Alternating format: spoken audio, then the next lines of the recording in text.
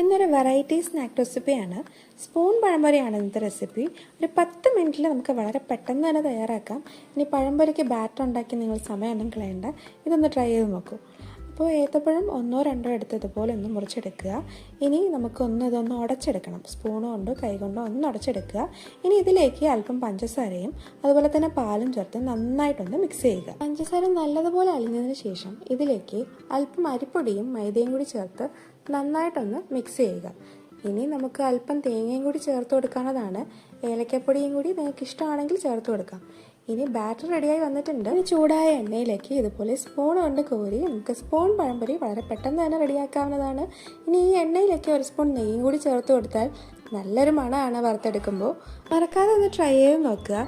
പഴംപൊരിയെക്കാട്ടി taste ആണെന്നാണ് എനിക്ക് തോന്നിയത്. അപ്പോൾ നിങ്ങൾ ട്രൈ ചെയ്തിട്ട് മറക്കാതെ കമൻറ്റ് ചെയ്യുക. അപ്പോൾ ശരി, വീണ്ടും കാണാം. ബൈ.